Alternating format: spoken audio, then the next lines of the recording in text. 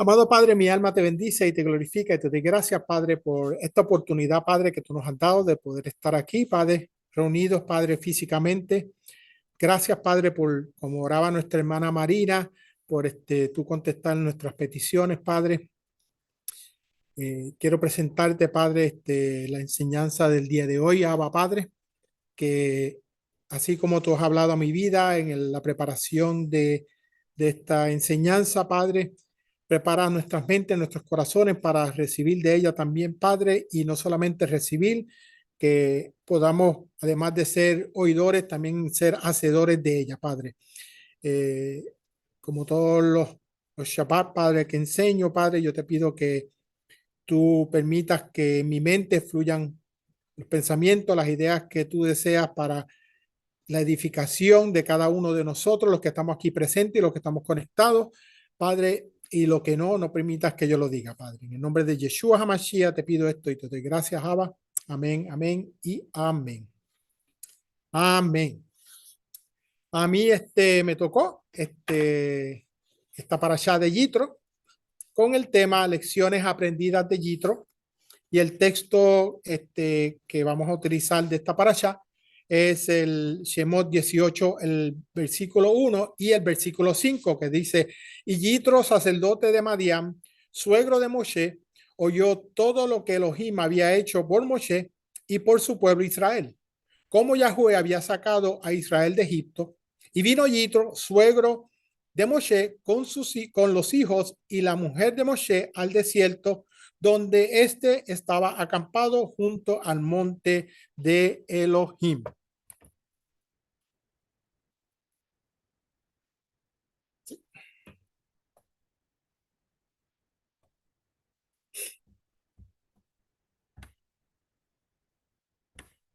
Amén. Entonces la bendición antes de la lectura. Baruch atah Adonai Eloheinu melech haolam, asher bahar bahano milkol ha'amin ve natanu lanu el torato. Baruch atah Adonai noten ha-torah. Bendito eres tú, Adonai, nuestro Elohim, Rey del universo, que nos has escogido de entre todos los pueblos y nos has otorgado tu Torah. Bendito eres tú, Adonai, dador de la Torah. Amén. Como dije, me tocó la parashá Yitro. La parashá Yitro cubre la Torá en las lecturas Éxodo o Shemot 18:1 al capítulo 20:26. La Haftará está en Yeshayahu, Isaías, el capítulo 6 al 7, al capítulo 7, versículo 6, y el 9, capítulo 9, versículo 6 al 7. En la Tanakh son el versículo 5 y 6. Y la Brit Hadashah o el pacto renovado, lo encontramos en Hechos 6, 1 al 7.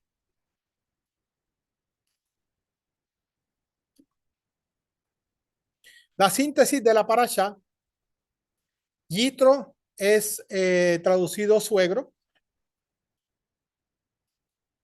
Vamos a ponerlo aquí así. Ajá. Gracias.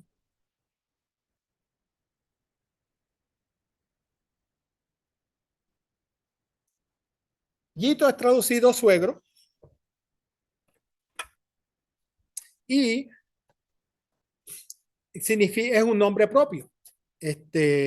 Lo encontramos en el primer versículo del capítulo 18. Como podemos ver ahí, está en la parte de abajo escrito. Bueno, ahí no se ve casi, pero se le conoció a Yitro con 7 nombres diferentes y su significado: uno era Yeser, que significa agregó; el otro es Yitro, que significa se destacó; el otro era Jovav, que se llama amado, que significa amado; Rebuel, que significa amante de Yahweh; Heber, que significa amigo; Putiel, que es igual que abandona a un dios falso; y Kenny, que es igual a alguien que adquiere. Es la parashá número 17 de la lectura de la Torá y es una parashá corta que tiene 3 capítulos, codifica 17 mandamientos o mitzvot son 3 son AC positivos y 14 son los AC o negativos o que no harás. Y los sucesos ocurren entre el 2448 años mundo o el año 1312 antes de la era común. La síntesis de esta parashá, los temas que cubre esta parashá es la llegada de Yitro con Séfora, esposa de Moshe y sus 2 hijos, el consejo de Yitro y nombramiento de los jueces, el consejo que Yitro le dio a Moisés para que los que hemos podido leer la parashá, Moshe estaba juzgando al pueblo, dando decisiones al pueblo, y Yitro se dio cuenta de que esto era una carga muy pesada para él, y entonces Yitro lo aconseja. Otro tema es Israel está en el monte Sinaí, y en el monte Sinaí Israel recibe y acepta la oferta de Adonai, que fueron las palabras. La nación se prepara para el encuentro con Adonai en el monte Sinaí. Adonai desciende sobre el monte Sinaí. Se entregan las 10 palabras, lo que conocemos como los 10 mandamientos. Verdaderamente son las 10 palabras. Se traduce 10 mandamientos, pero en hebreo son 10 palabras. Y el pueblo israelita se aterroriza de lo que ve en el monte Sinaí y pide que Adonai hable con ellos, que no hable con ellos, sino a través de Moshe. Para mí esto es algo tan lógico que ahora digo yo, si uno viera eso en el monte Sinaí, uno estuviera ahí, uno decía, like, no, habla con él, conmigo no, no quiero que. Entonces, la introducción a esta parashá, la parashá comienza con Yitro, sacerdote de Madián y suegro de Moshe, enterándose de los milagros y las maravillas que Hashem había realizado al liberar al pueblo de Israel de la esclavitud de Egipto. Antes de seguir en la próxima, la introducción es que Yitro, él está en Madián, él no sale de Egipto, él está en un sitio Madián quedaba al este del monte Sinaí, solo estaba en esa área. Yitro, impresionado, decide unirse a los israelitas en el viaje hacia la tierra prometida. Y su llegada es un momento de alegría, una reunión familiar, ya que Moshe se reencuentra con su esposa, sus hijos y su suegro. Yitro observa cómo Moshe se sienta desde la mañana hasta por la tarde para juzgar los casos y resolver las disputas entre el pueblo. Y al ver la carga tan grande que Moshe tenía, Yitro le aconseja establecer un sistema judicial que es el que conocemos hoy en día. Verdaderamente a través de ese consejo y de la Torah es que podemos ver cómo se crean los juicios, los juicios no, pero las tribunales locales y después estatales, municipales, locales, estatales, y eventualmente va siguiendo así hasta la nacional, hasta la Corte Suprema. Luego la parashá se traslada al monte Sinaí, donde Hashem le revela las 10 palabras o los 10 mandamientos a todo el pueblo de Israel. Este evento es conocido como la revelación en el monte Sinaí y establece las bases morales y éticas para la vida del pueblo hebreo. Las 10 palabras abarcan principios como la adoración exclusiva a Hashem, la prohibición de la idolatría, el respeto a los padres y la prohibición de robar, etcétera. Estos son los 10 mandamientos, ¿sabe? Nosotros dan 10 mandamientos. Y el tema de hoy, como leí anteriormente, es las lecciones aprendidas de Yitro. No voy a repetir los versículos, pues ya los leí. Y los puntos que quiero cubrir en esta tarde son Yitro y su relevancia para nuestras vidas hoy. Y quiero determinar la síntesis de Shemot o Éxodo 18, 7 y 8, que tiene que ver con el agua de Mara, el maná, las codornices y Amalek. Y nosotros podríamos pensar, pero pastor, esa información es de la parashá anterior. Y sí, es muy cierto, de la parashá anterior, esos puntos. Pero ocurre algo en esta parte de esta parashá Yitro que me llevó a ese punto. Originalmente yo quería destacar otros puntos de la parashá de Yitro, que fueran diferentes, pero el Eterno sabe, me llevó a este punto. Así que, nada, seguimos. Yitro y su relevancia para hoy, para nosotros. El primer capítulo del 18:1 dice, y Jetro o Yitro, sacerdote de Madián, suegro de Moisés, oyó todo lo que Elohim había hecho por su pueblo y cómo Yahweh había sacado a Israel de Egipto. ¿Quién fue Yitro? Es una pregunta que nos podemos hacer. Yitro fue asesor del faraón y uno de los sacerdotes magos o paganos de Egipto. En la parashá, no antes, la parashá que la semana pasada no que dio Marisol, la que yo di últimamente, la anterior que di, habían tres personas que trabajaban con el faraón. Uno era Yitro, otro era Job y otro era Baal Peor. Esos eran como los consejeros del faraón cuando Moisés va, antes de que Moisés llegara a Egipto a pedir que liberaran al pueblo, estas tres personas estaban y es cuando el faraón decide decir, vamos él tiene una pesadilla que lo mencioné en la parasha, donde había alguien que se levantaba y que le iba a quitar el puesto.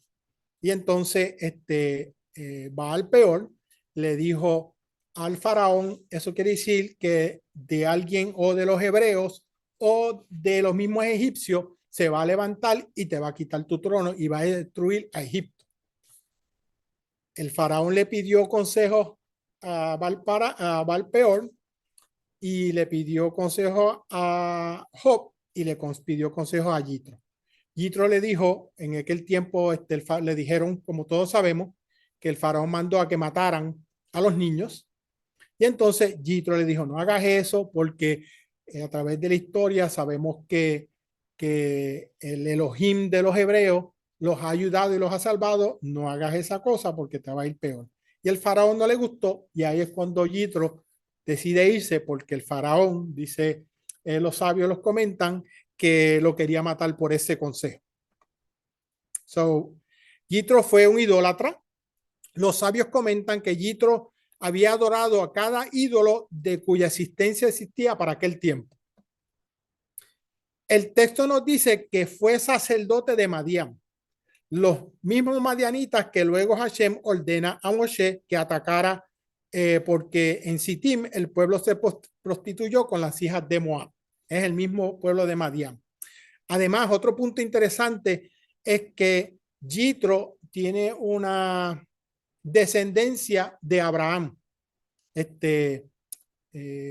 Abraham tuvo un hijo con Setura y de ahí sale Madiam, un hijo de él, y entonces de ahí la generación de Yitro. Por lo tanto, la Torá enfatiza en Shemot 18:1 que Yitro, sacerdote de Madián, suegro de Moshe, se suena como redundante o repetitivo. Esto nos enseña acerca de la grandeza de Yitro. Nos muestra que Yitro no le prestó atención a las tres cosas que pudieron motivarlo a quedarse en Madián. Meam Loes comenta que esto nos demuestra que Yitro tenía un corazón puro. Además de que tenía esta cuestión de idolatría, tenía un corazón puro. La Torá enfatiza que Yitro se enteró, o sea, oyó, él no vio lo que había ocurrido. Apenas Yitro se enteró, oyó lo que Hashem había hecho por Israel, de inmediato fue con ellos, dejando atrás todo su honor y toda su fortuna. En otras palabras, cuando Yitro va a donde Moshe, él dejó todo. Yo quiero ver si esto que me llegó a mis oídos de que el pueblo fue liberado de Egipto es cierto. Es la razón por qué Yitro decide ir a donde estaba el pueblo de Israel. Yitro estaba impaciente, ¿sabe? Estaba como que desesperado porque como no había nadie que fuera testigo, simplemente lo oyó, él quería verlo de su propia, ver lo que había ocurrido, él quería verdaderamente verlo. Un dato importante, la Torá dice que Yitro era sacerdote. lo que se refiere aquí, que era el príncipe de Madián. No era un cohen, como dice la palabra, un sacerdote como lo del que el Eterno había cogido del templo. Era un príncipe, era un líder de esa área geográfica y por eso se le llama como este sacerdote. Nos comenta que hay tres cosas que impiden que uno se vaya de un sitio donde se encuentra. Que no es lo mismo oír que ver, porque la gente a veces exagera. Yitro quería ver si el pueblo israelita había sido liberado verdaderamente de la esclavitud a la cual había sido expuesto el faraón. Recordemos que el faraón no quería dejar liberar al pueblo. Entonces, al él ver, sabemos que de la Torah dice que de Israel salieron 600,000 hombres y mujeres, sin contar a los niños y a las personas menos de 20 años, si me acuerdo la edad correcta. So, posiblemente había como 1,000,000 de personas que salieron de Egipto. So, Yitro no podía creer esta parte de que cómo ellos hicieron o cómo Hashem hizo para que pudieran salir de Egipto. Otra cosa que puede causar que una persona no se vaya del sitio es que Yitro era una persona muy importante entre los madianitas. Tenía fortuna, palacio y una vida de lujos. No tenía necesidad de irse de Madián. Moshe era su yerno, o era el yerno de Yitro, y dudó al estatus y dado al estatus de Yitro, Moshe debe haber ido a Yitro y no a la inversa. So, estos tres puntos es lo que los sabios comentan, que una persona normalmente no se va de un sitio. Si Yitro hubiera sido una persona interesada, se pudo haber enojado con Moshe y se pudo haber quejado que ni siquiera se acordó de él, a pesar de lo que él había hecho con Moshe cuando Moshe está huyendo al faraón. Sabemos que Moshe le huye al faraón y entonces, y lo que no lo sabemos, huye de faraón después de haber matado al egipcio y eventualmente él llega a Madián. ¿Qué aprendemos de esto? Cuando una persona busca la verdad, está llena de entusiasmo y no le importa en absoluto perder su prestigio. ¿Qué dijo Yeshua acerca de la verdad? Si vosotros permanecéis en mi palabra, sois verdaderamente mis discípulos y conoceréis la verdad y la verdad os hará libre. Eso era lo que Yitro quería saber. Él quería saber todo esto y él quería saber la verdad por él mismo. No, él se puede haber quedado en Madián y dice, ok, pasó esto, pues no voy a ir. No, yo quiero ver esto. Entonces nos podemos preguntar, ¿cómo puede llamarse esta parashá con el nombre de un idólatra? Yo me haría esa pregunta cuando preparaba la parashá, cómo esta parashá se llama Yitro de una persona que era idólatra. Los sabios cuentan que los idólatras no eran tontos, más bien eran intelectuales que dedicaban sus vidas a reflexionar acerca de las más altas esferas de la existencia. Y es verdad, cuando unas personas son idólatras, los que sabemos y hemos visto conocidas personas que buscan, ellos buscan algo mayor, algo que verdaderamente ellos entiendan, ok, esto es, verdaderamente esto es un Dios, como los romanos pues tenían sus dioses, tenían sus nombres, los griegos tenían sus nombres y el mismo egipcio tenían, pensaban que el río Nilo era un dios, etcétera, etcétera, porque daba vida, etcétera. Y entonces esa es la mentalidad de ellos. Por lo tanto, cuando Yitro, el sacerdote de Madián, abandonó la idolatría y vino al desierto, era una decisión informada. Él tomó una decisión lógica. Dice, esto es lo que yo tengo que hacer. Cuando dijo, ahora sé que Hashem es más grande que todas las otras deidades, acredita a la Torah con el espaldarazo, o sea, de un individuo distinguido que atestigua que la Torah es la sabiduría más grande de todas, la palabra del Eterno. De esta manera, él entregó su veneración, su idolatría a la Torah. Verdaderamente, eso es lo que dicen los sabios, pero verdaderamente él entregó su vida a la Torá. Fue como quien dice, la primera persona que se convirtió.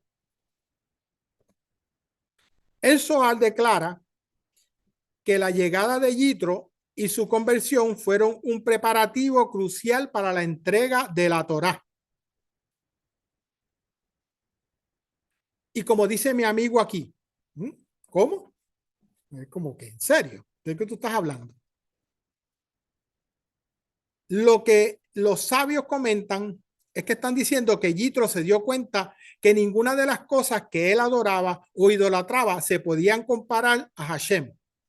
Y expresa cómo Yitro era tan importante en un mundo idólatra que, que él dijera lo que opinaba el creador era algo muy significativo para ese tiempo, para todos aquellos pueblos idólatras. Cuando Yitro dice, ahora sé que Hashem es más grande que todas las otras deidades, él no está simplemente diciendo, nosotros lo vemos en la Torá, en la palabra, en la Biblia, pero en aquel tiempo él está hablando al mundo que estaba bajo él. ¿Sabes? De todo este pueblo de Madián, él está diciendo, era una persona tan importante, tan influyente, que estaba declarando que lo que él había adorado y los ídolos y toda esa cuestión que él había idolatrado, no eran nada. Los sabios enseñan que existe algo importante también, que existe una manera sutil de veneración idólatra en cualquier misma que se cumple con un motivo ajeno a la misma. El idólatra busca una fuerza, entidad o cosa diferente que no es Hashem. Cuando una persona trata de cumplir un mandamiento o una misma con otras intenciones, es un acto que se hace con un motivo diferente al que el Eterno lo estableció y se convierte en un acto idólatra. En otras palabras, cada uno de nosotros debemos cumplir los mandamientos como Adonai los tiene establecidos. Un ejemplo que les voy a dar. Sencillo. La Torá dice, y uno de los mandamientos es crear en la existencia de Hashem. Crea en la existencia de Hashem. Si yo creo en Hashem y al momento en que experimento algo que en la vida que no me sale bien, entonces pienso, ¿dónde está el Eterno?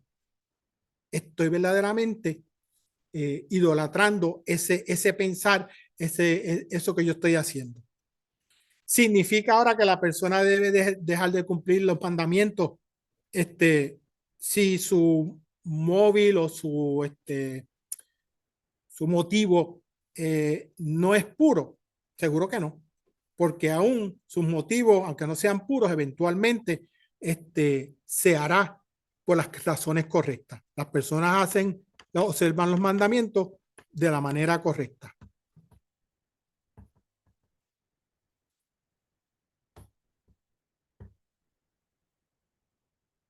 Tiene sentido lo que declara el Zohar, porque el mensaje es que Yitro, al llegar al monte Sinaí y convertirse, esta acción penetra a lo profundo de los planos espirituales de aquel tiempo y de aquel momento.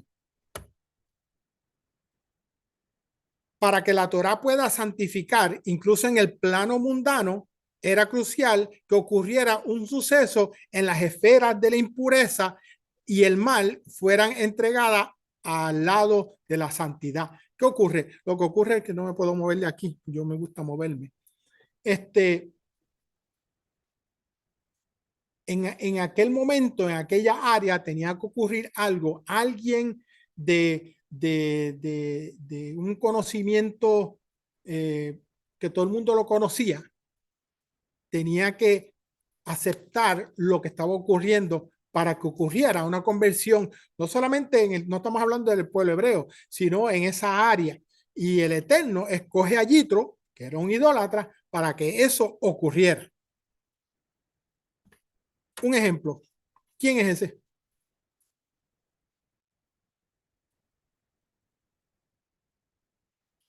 Yankee, ¿verdad? ¿Y qué pasó con Yankee recientemente?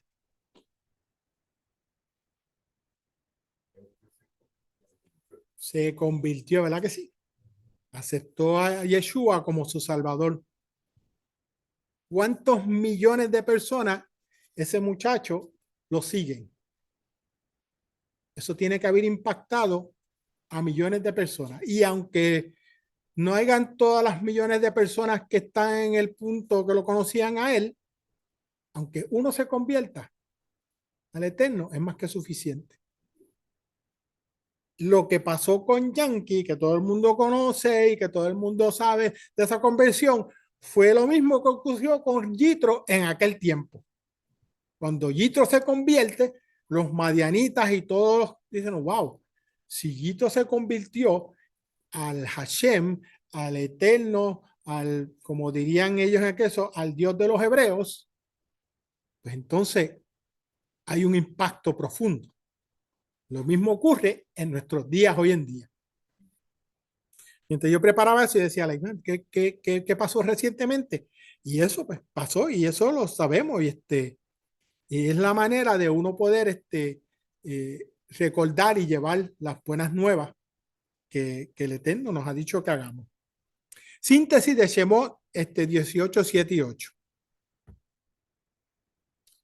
El versículo Éxodo 18, 7 dice, salió Moshe a recibir a su suegro, se inclinó y lo besó, y se preguntaron unos a otros cómo estaban y entraron a la tienda. Mientras yo leía esta parasha, a mí me llamó mucho la atención la palabra se inclinó. La palabra en hebreo para inclinarse es shahak, del Strong hebreo 7812, que es una raíz primaria, y su definición es postrarse, especialmente en homenaje o realeza, postrarse en un homenaje a una realeza o a Hashem o a Dios. Así que cuando yo leí esto, me vino la pregunta a la mente, que Moshe se postró ante su suegro Yitro.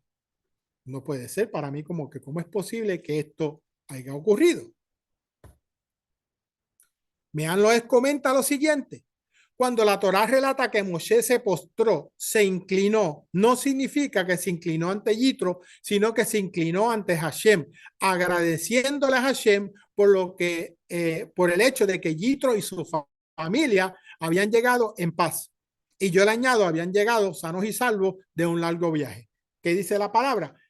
Yitro salió de Madián con Séfora y los dos hijos de Moshe.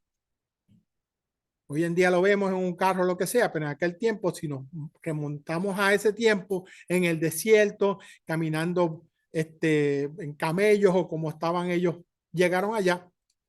El punto de que cuando dice que Moshe se inclinó, estaba hablando de que estaba dándole gracias al Eterno porque había traído a su familia con vida a ese lugar. Meam Loes comenta que este tema guarda una estrecha relación con la instrucción de que si uno ve a no ve a un amigo durante 30 días, apenas lo ve, debe recitar la siguiente bendición, que es: bendito eres tú, Adonai, nuestro Elohim, Rey del universo, que nos mantuviste con vida, nos sustentaste y nos permitiste llegar a esta época. Eso es algo importante porque cuando nosotros no vemos a nuestros amigos, nuestros familiares, debemos darle gracias al Eterno porque los vimos, porque podemos estar con ellos, poder abrazarlos, poder compartir con ellos. Es como hoy en día para mí, el hecho de que nosotros nos hayamos podido reunir aquí y poder estar abrazándonos y saludarnos y vernos. Y cada vez que veo a cada uno de ustedes, a mis hijos, a mis nietos, a mis yernas, a todos, les doy gracias al Eterno por eso. ¿Por qué? Porque es importante. Son importantes en nuestras vidas. Estoy esperando, doña Marina. Ya. Sí. Baruch Hashem. Shemot 18:8, Éxodo 18:8 dice, y Moshe contó a su suegro todo lo que Yahweh había hecho a Faraón y los egipcios por amor a Israel, todas las dificultades que le había sobrevenido en el camino y cómo los había librado Yahweh.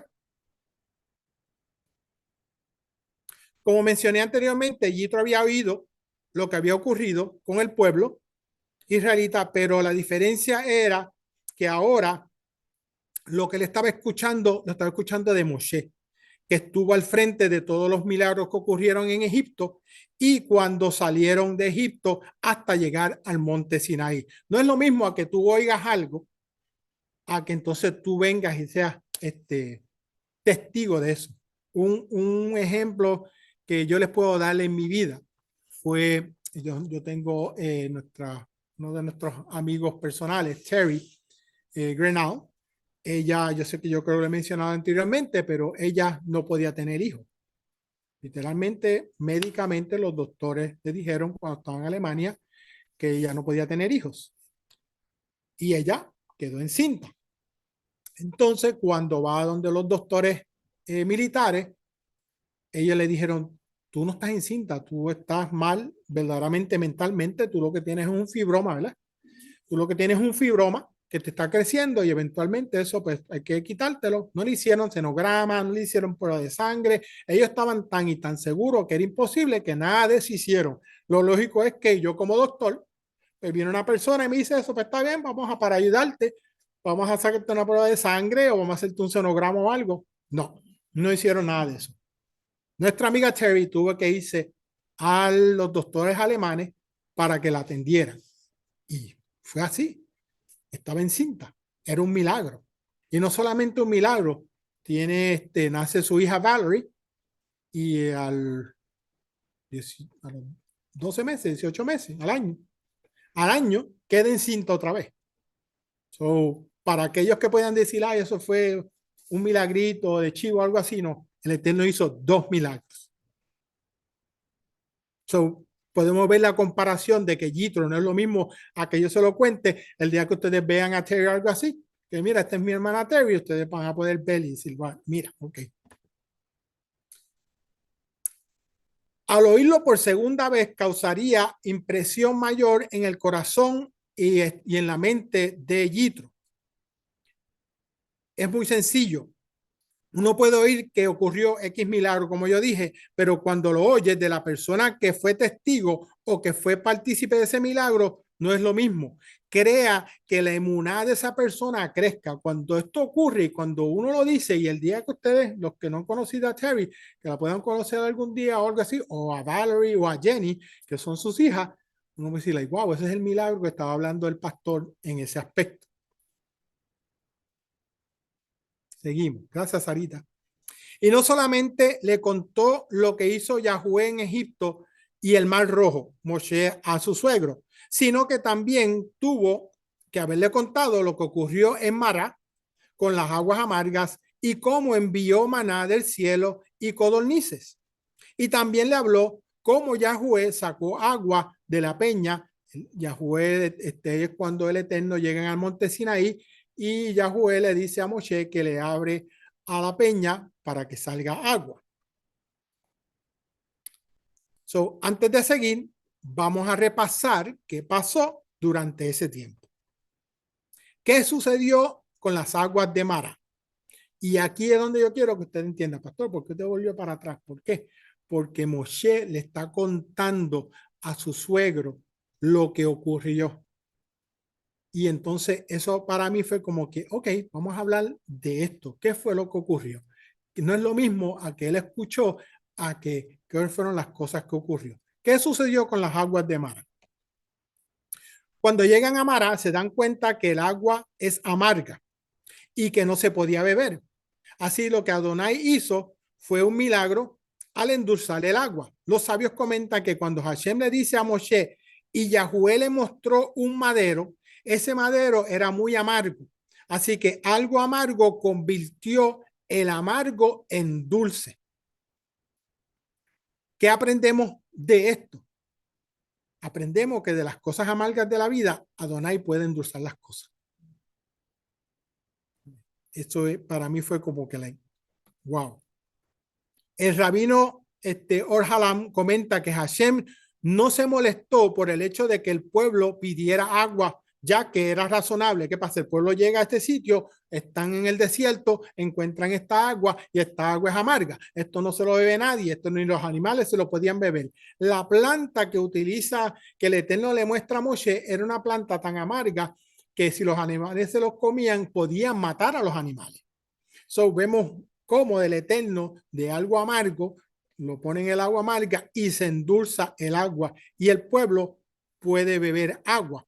Pero el Eterno, dice el rabino, que no se molestó por el hecho de que pidieran agua, sino más bien se molestó porque el error del pueblo hebreo fue de la manera en que pidieron las cosas, quejándose en lugar de solicitarla amablemente. Estamos pensando en un pueblo que vieron los milagros como el Eterno los saca de Egipto.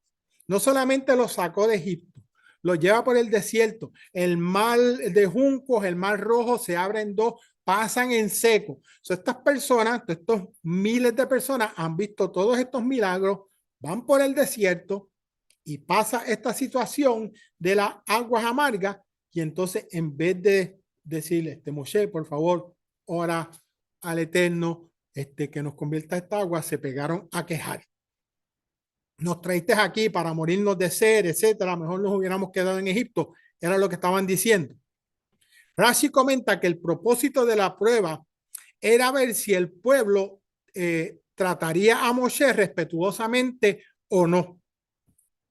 Entonces, ¿cuál era esa prueba? La prueba de la reprimenda era la Torá dice en Shemot 15:25, allí les dio estatutos y ordenanzas, allí los probó y dijo, si oyeres atentamente la voz de Yahweh tu Elohim e hicieres lo recto delante de sus ojos y dieres oído a sus mandamientos y guardares todos sus estatutos, esa era la prueba.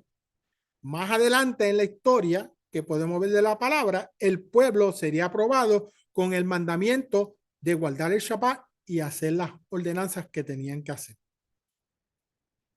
Pero lo importante de esto es, lo digo, esto mientras repasaba, hermano, mientras repasaba esto ayer y el mensaje, me vino esa parte, cómo el Eterno de lo amargo hace algo dulce.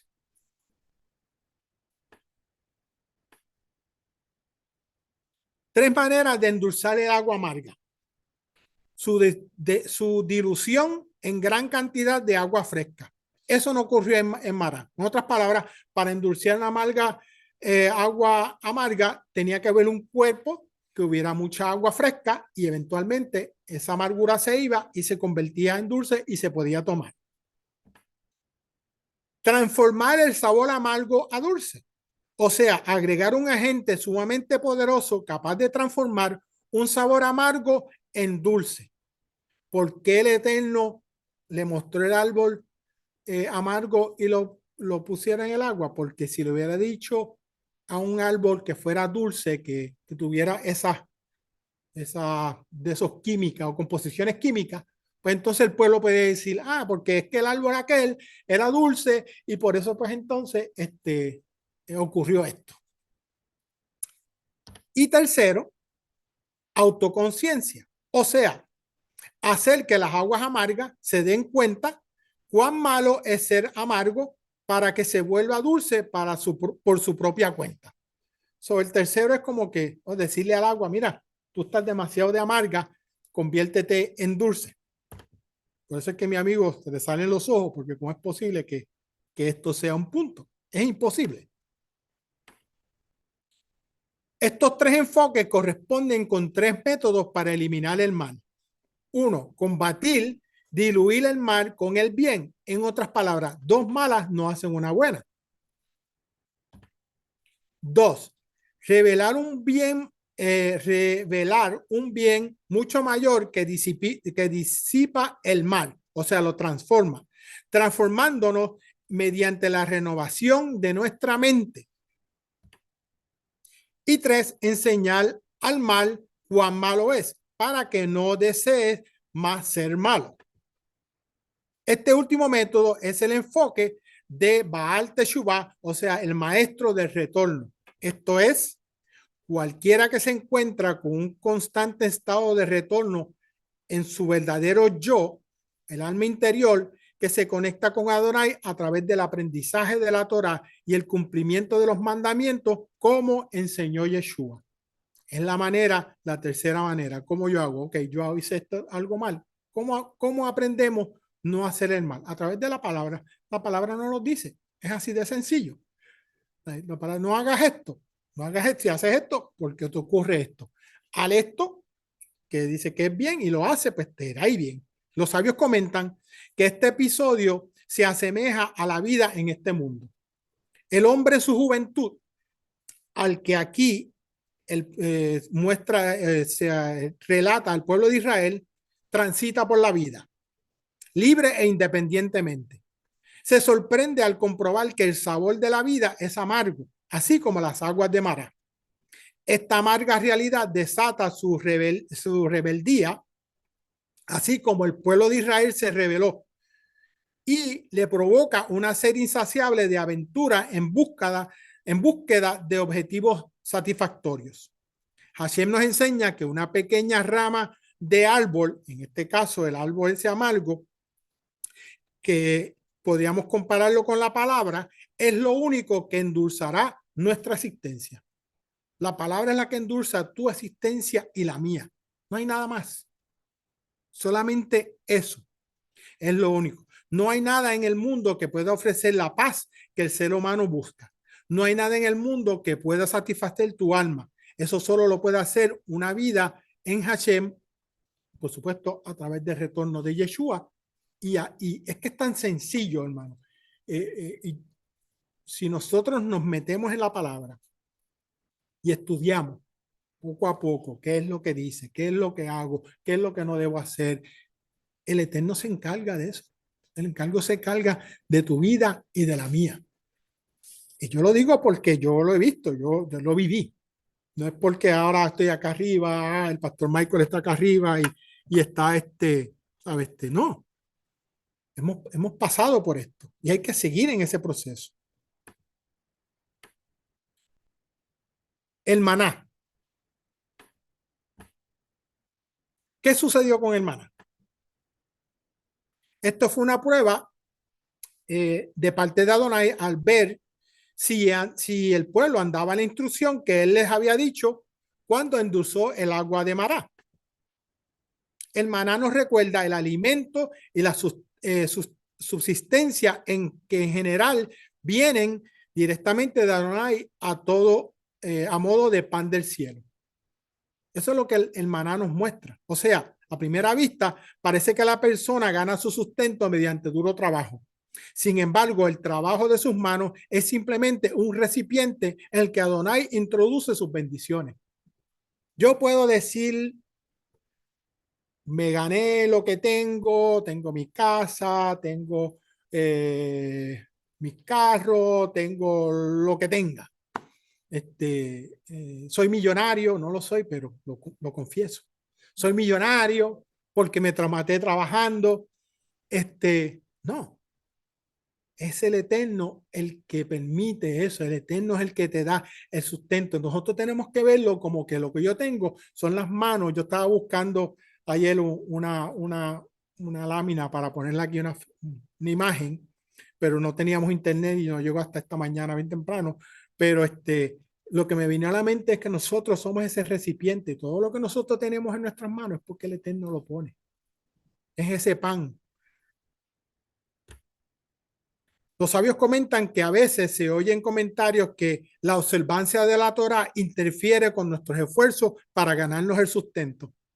¿Cuántos de nosotros, y voy a utilizar aquí a Heidi que ella lo hizo cuando ella decidió dice, no, yo no quiero trabajar los sábados, yo trabajo domingo a viernes, ¿verdad? Como el Eterno abrió las puertas y tú has podido seguir haciendo tu trabajo, haciendo el sustento de tu familia.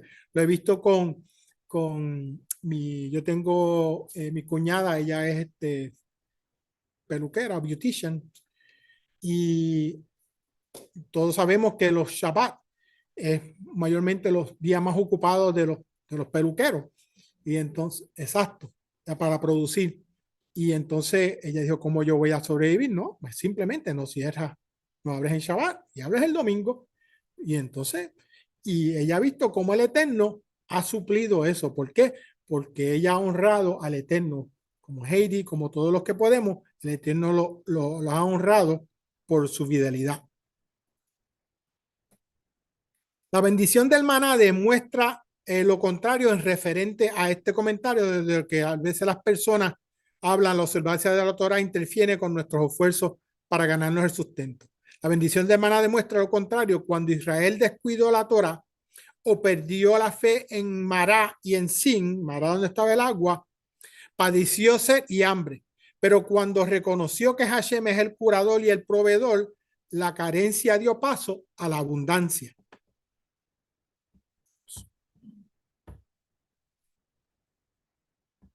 De enseñanza.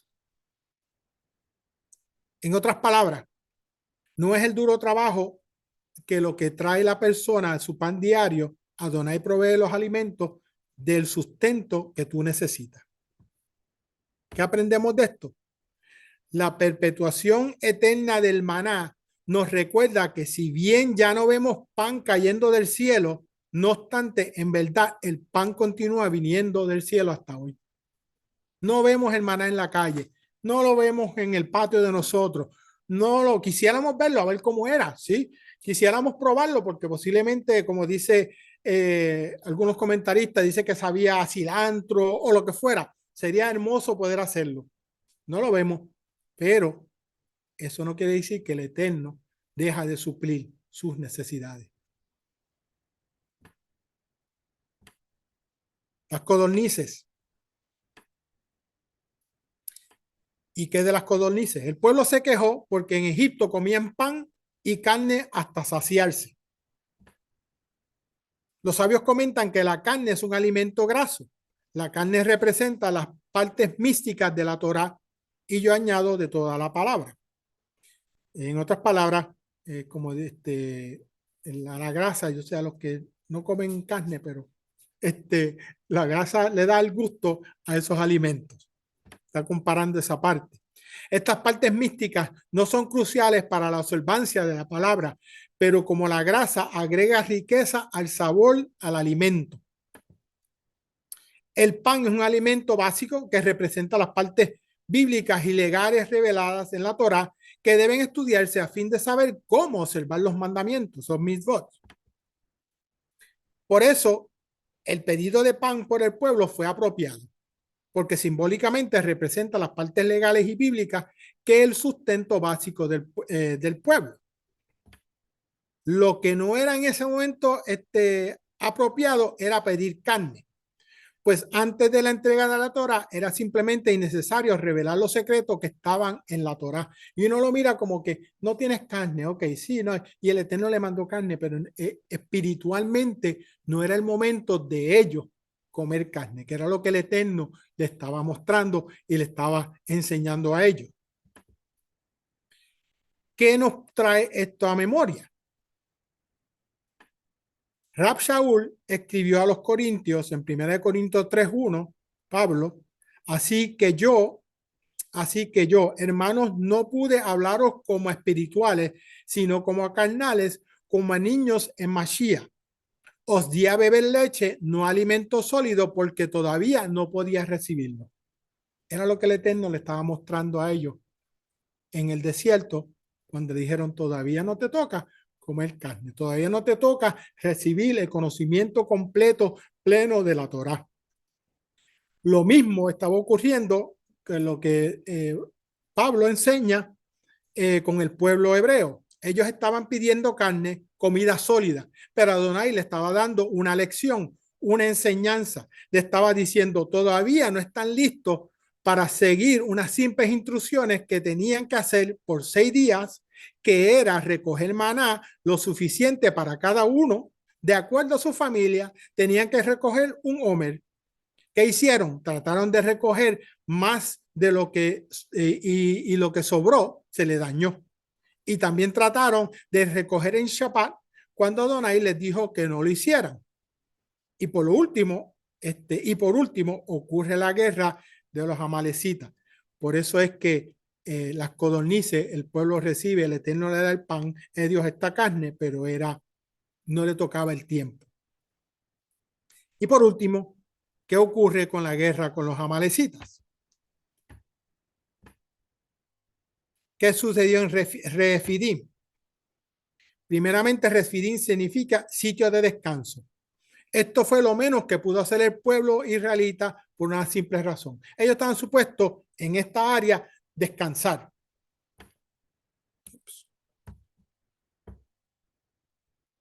Se quejaron a Moshe porque no había agua y tentaron a Yahweh diciendo, ¿está pues Yahweh entre nosotros o no? Volvemos a traer a lo mismo. Tenemos un pueblo que vio lo que hizo el Eterno en Egipto, abrió el mar, le dio, convirtió agua amarga en dulce para que pudieran beber, le dio pan, le dio, la palabra dice que le dio codornices hasta que yo me acuerdo, yo enseñé de esta para allá también referente a los codornices que hasta se le podía salir por los oídos y por los ojos de tanta carne que había. Y contigo con eso, cuando llegan a Refidim, a un sitio a descansar que es cerca del monte de Sinaí, que no había agua, volvieron y tentaron a Yahweh diciendo, ¿está pues Yahweh entre nosotros o no? Rashi sugiere que la respuesta de Yahweh fue, yo siempre estoy con ustedes. Yo siempre estoy con ustedes y siempre estoy preparado para todas sus necesidades. Y con todo dicen, Yahweh, ¿está Yahweh con nosotros o no? Rashi comenta y dice, un perro vendrá y los morderá y ustedes clamarán a mí y entonces sabrán dónde yo estoy. Y cuando yo leía esto, decía que está hablando Rashi de que un perro te morderá.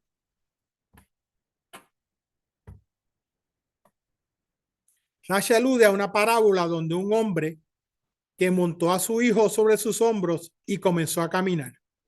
Cuando su hijo vio algo, le dijo al padre, padre, toma esa cosa y dámela. Y el padre se la dio. Esto sucedió una segunda vez, donde vio una cuestión y el hijo le dijo al padre, pongamos la visual, el hijo montado en los hombros del padre y ve algo, el padre se dobla con el hijo al hombro y se lo da. Y ocurrió una tercera vez. Entonces se encuentra con un hombre en el camino y el hijo le dice a ese hombre, ¿has visto a mi padre en algún lugar? Y el padre le dijo, ¿no sabes que estoy aquí? Bajó al niño de sus hombros y vino un perro y lo mordió. ¿Qué aprendemos de esto? Si comparamos la analogía del padre y del niño con Israel y la batalla con los amalecitas, no necesitamos explicación. ¿Por qué? Porque sabemos que cuando el pueblo se queja en Redifín, los amalecitas los atacan. La palabra dice que atacaron a los que estaban en la parte de atrás porque eran los más débiles. Entonces, ¿por qué vemos que la Torah inmediatamente que el pueblo recibe agua de la peña en Horeb, habla de que vino Amalek y peleó contra Israel en Redifín? Porque el ataque vino como reprimenda por la falta de fe del pueblo hebreo. ¿Y por qué viene este castigo tan velozmente? Normalmente encontramos en la palabra que Hashem es paciente y es lento para castigar, es lento para la ira, dice la palabra. Rashi menciona que la parábola del niño ingrato para ilustrar cómo el pueblo no solamente había albergado dudas de Hashem, sino que actuó con insolencia. Debido a esta insolencia, que en hebreo es chutzpah, el castigo fue veloz y severo. ¿Qué aprendemos de las tres ocasiones que el niño fue insolente con el padre? Una, el padre podía haber llevado a su hijo a su lado, pero en cambio eligió llevarlo por encima. Cada uno de nosotros, el Eterno nos carga.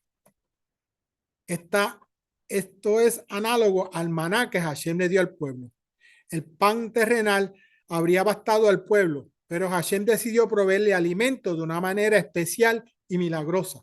El Eterno le pudo haber dicho al pueblo, ok, ¿ustedes quieren pan? Pues busquen, qué sé yo, el trigo en esta área, hagan esto otro y van a tener pan. No, el Eterno les suple el pan de una manera milagrosa, distinta. Maná significa, ¿qué es esto? Que fue lo que el pueblo dijo cuando lo vio. ¿Qué es esto?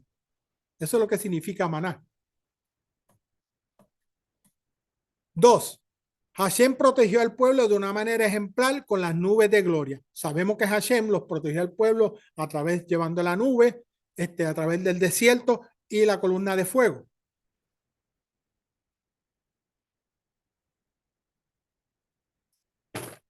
Ups. Tres, Hashem le proveyó agua en el desierto, no de una simple roca, sino del monte Sinaí. Cuando el pueblo se queja que no tienen agua y Hashem le dice a Moshe, háblale a la peña, era una peña que estaba en el monte Sinaí. Dice que fue tanta agua, pues tiene que haber sido mucha agua porque era para 1 millón de personas. No fue una agüita ahí de pues voy a coger el arroyo, no, era mucha agua. Así que después de que Hashem haberle brindado este trato especial, el pueblo no solamente dudó, sino si Hashem estaba con ellos o no, sino que también tuvo la insolencia de quejarse a Moshe. ¿Qué aprendemos de esto? Que Adonai siempre nos está cuidando aunque no lo veamos. Siempre. Es algo sencillo, pero tenemos que todos nosotros tener eso en la mente. Él siempre nos está cuidando aunque no lo veamos. Somos testigos de cosas que vemos, Baruch Hashem, pero de las que no vemos, el Eterno nos está cuidando.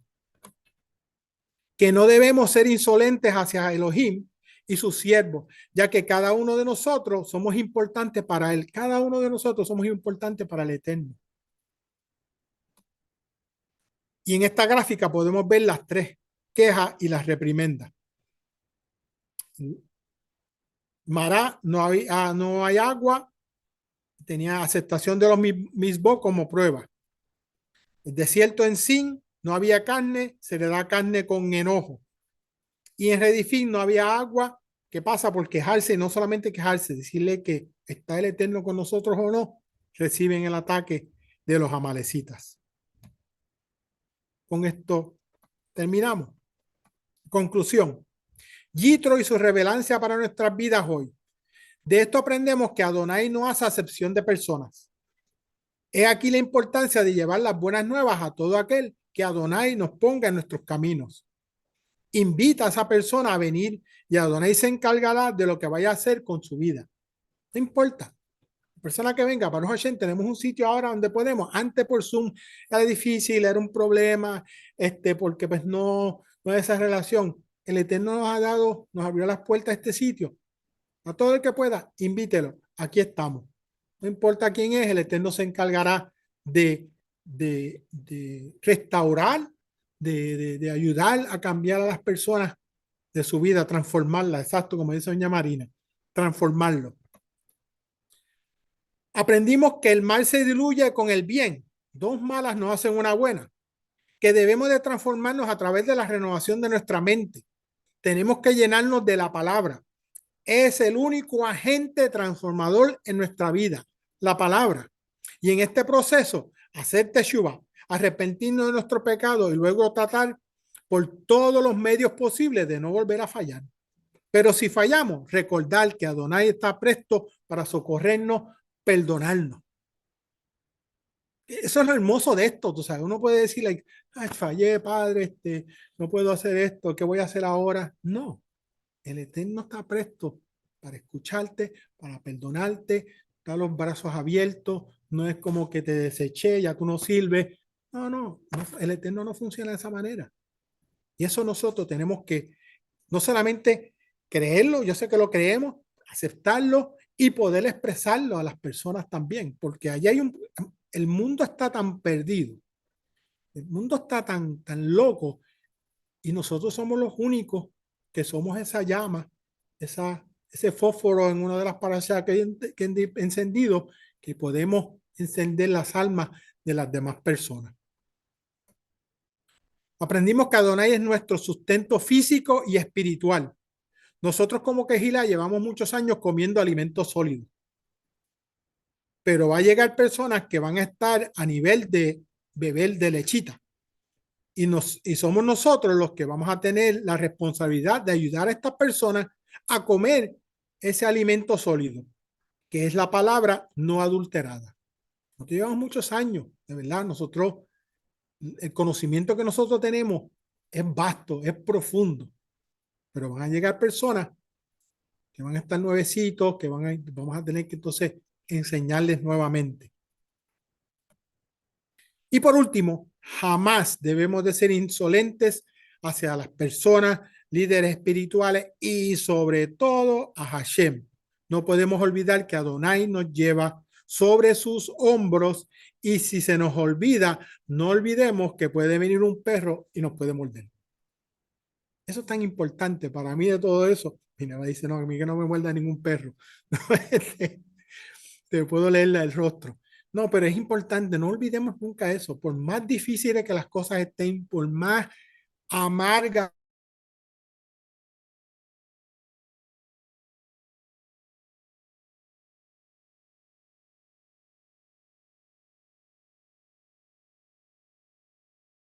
los hombros de Hashem, que Él tiene cuidado de nosotros, tiene cuidado de ti, de tus familiares, Él tiene cuidado de Él y por eso tenemos que ser eternamente agradecidos. Amén. Shabbat Shalom.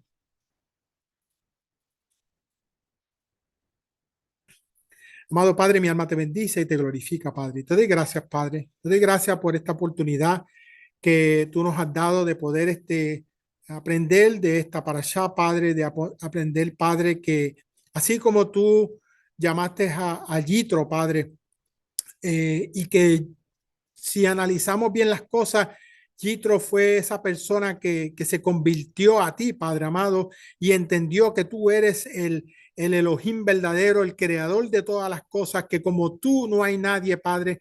Permite, Padre, que esta palabra, esta enseñanza, Padre, sea así una realidad en nuestras vidas, Padre, lo cual lo sabemos, pero que nosotros podamos compartir ese mensaje, Padre, alentador, ese mensaje de apoyo, ese mensaje de restauración, Padre, y que nosotros nunca olvidemos, Padre, que tú tienes cuidado de nosotros, Padre, que tú, que aunque las cosas estemos viviendo situaciones amargas, difíciles en nuestra vida, tú tienes cuidado de nosotros y tú, solamente tú puedes endulzar nuestras vidas, Padre. Te pido esto, Padre, que no seamos solamente hacedores de esta palabra, de esta enseñanza, Padre, sino también hacedores de ella, Padre. En el nombre de Yeshua HaMashiach, te pido esto y te doy gracias, Padre. Amén, amén y amén.